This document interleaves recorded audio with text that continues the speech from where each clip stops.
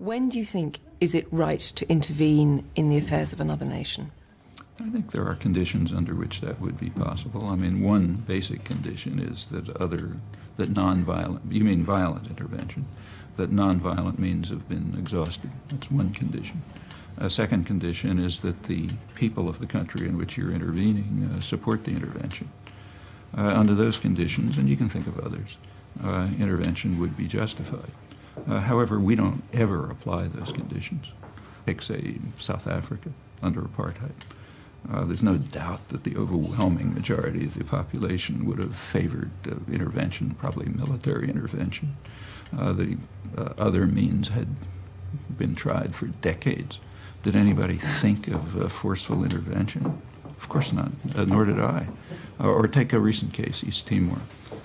During the 1999, there were very large-scale atrocities going on. The population undoubtedly would have been delighted in military intervention. Well, Britain and the United States did intervene, namely by supporting Indonesia.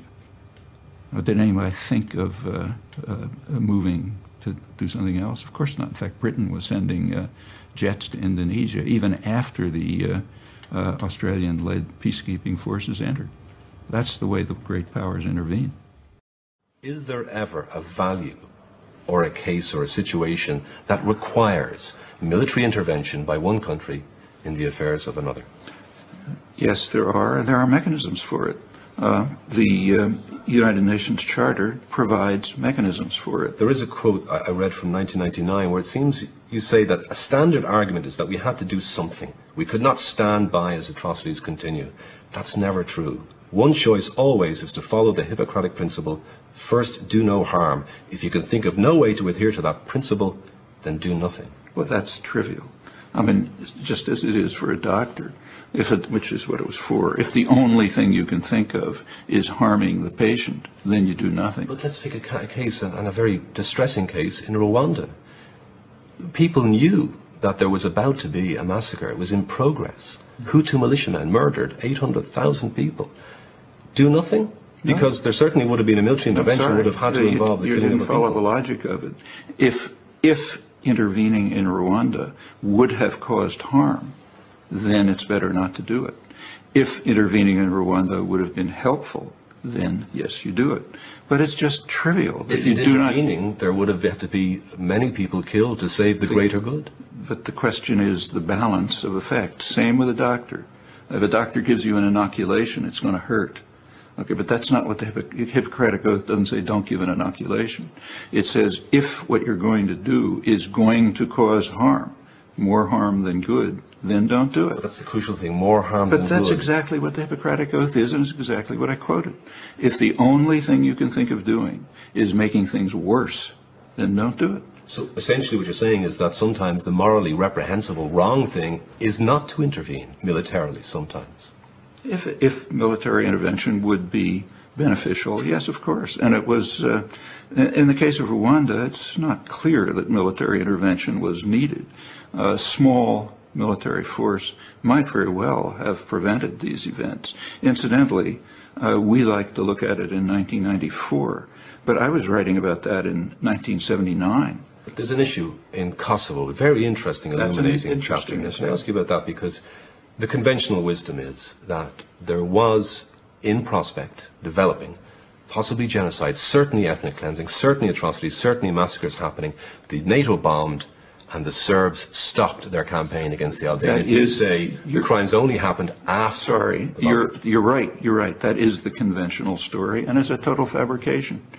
We have immense evidence about this.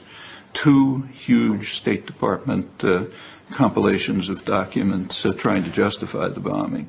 A British parliamentary inquiry which went into it. You say the crimes only happened after the bombing? I don't say. They say. The overwhelming evidence, documentation up to the sky, all says the same thing. And you say that's the fact?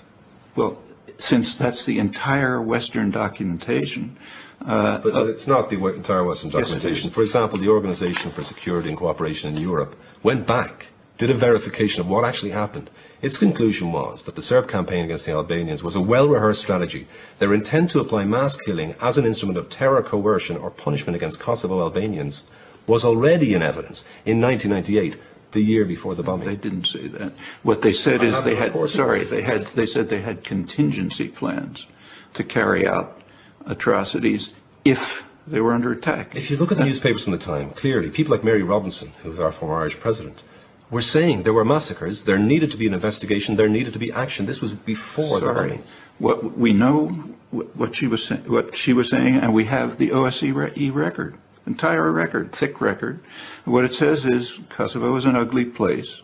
There were more than that. So there was evidence of killing in progress and of a campaign. And I'll tell you how much there was from the British government, the American government, the OSCE, the KVM monitors, and so on. They said in the preceding year there were about 2,000 people killed. According to the British government, most of them killed by KLA guerrillas. There were no changes up until the withdrawal of the monitors by the West. Then came the bombing. The bombing led to massive atrocities, which were anticipated.